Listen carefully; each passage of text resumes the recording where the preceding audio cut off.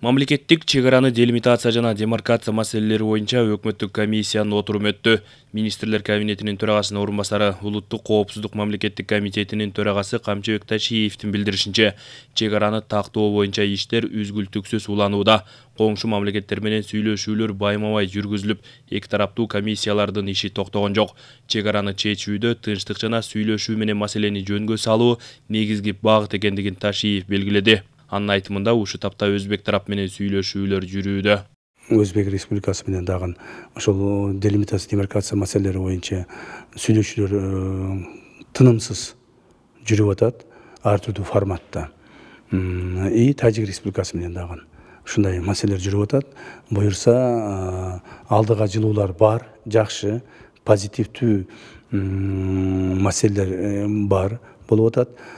Тажикстан мамлекети менен дагы бүгүнкү күндө ушул маселени чечүүгө шарттар түзүлүп калды. Мамлекетибиздин башчысы Садыр Кожоевич Жапаровдун түздөн түз берген тапшырмасы негизинде мен өзүм жеке бир нече жолу ошо жетекчилер менен жолугуп чыктым.